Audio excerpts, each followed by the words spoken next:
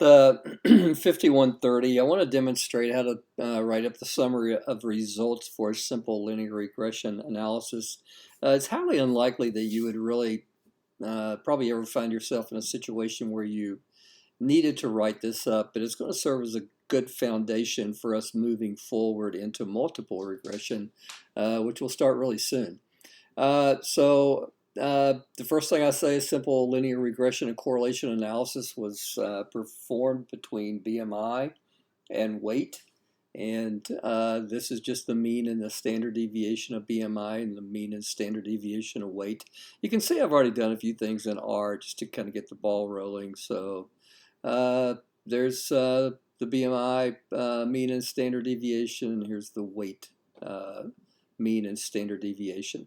The next thing I have to do is just go ahead and run the model, get it in the system, and I'll go back and take a look at it a little bit later.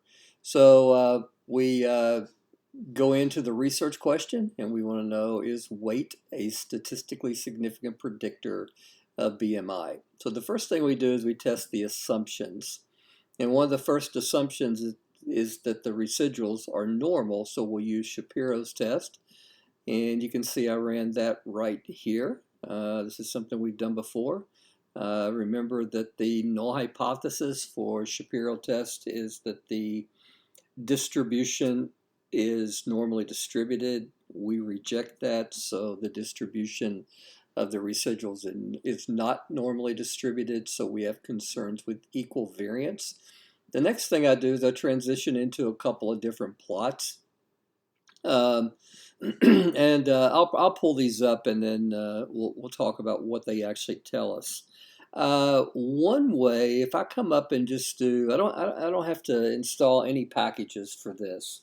If I just type plot model, again, model is from the model I created right back here, and then just comma 2, I get what's called a QQ plot.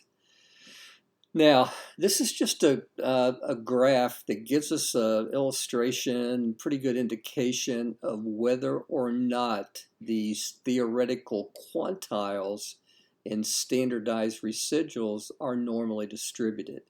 If we have a perfect normal distribution, all of these points will fall on this dashed line. And you can see it looks pretty good down here, but up here we have quite a bit of deviation. So this is telling me that this, from this, what we call, again, it's called a QQ plot. It's a way to examine normality, that we have issues with the residuals coming from a population that's normally distributed.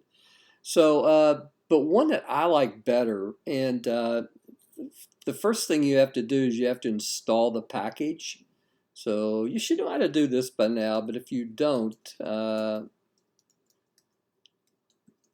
remember GGPUBR. You have to go through the installation process, which I've already done.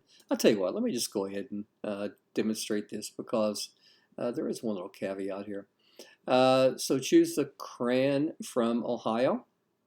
And then it's going to come up whether or not we want to install some. No, it actually didn't. Okay. So anyway, now I'd want to access the library for GGPUBR.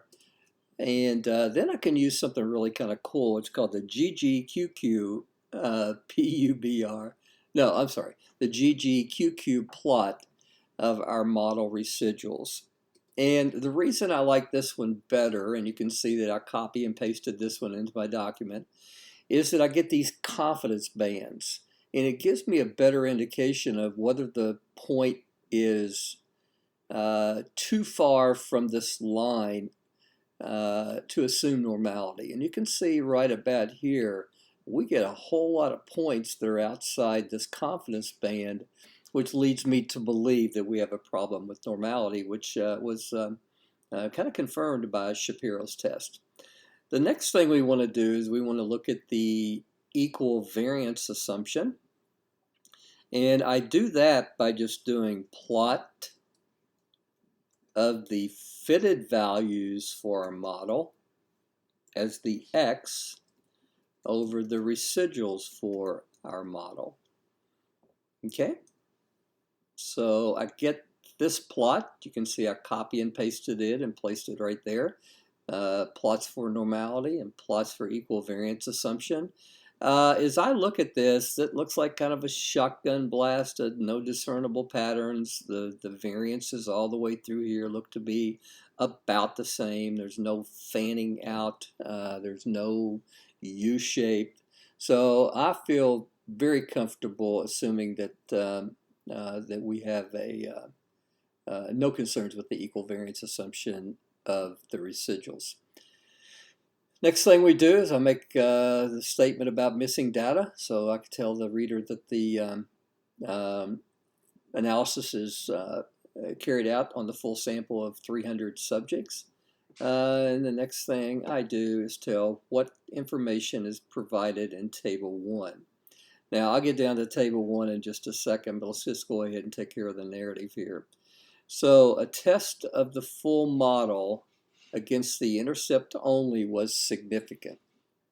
Now, I get that from right here. Now, and I discussed this briefly in the video before. So this F1,298 is right here, and the p-value is significant at the 0.001 level. So what this tells me is that this model is better than just kind of flipping a coin. So in terms of predicting someone's BMI, weight is a reasonable choice for that and describing that relationship. So the sole predictor contributed to approximately 77.2%. I explained this in the previous video. That comes from the multiple R squared of the variance in BMI. So it'll always be the predictor X in the simple linear regression case. We'll change this when we get to multiple regression, multiple predictors. And this is, of course, the Y variable. So the regression coefficient for weight comes from this line, and it's 0.30. So I have 298 degrees of freedom, which are provided right there.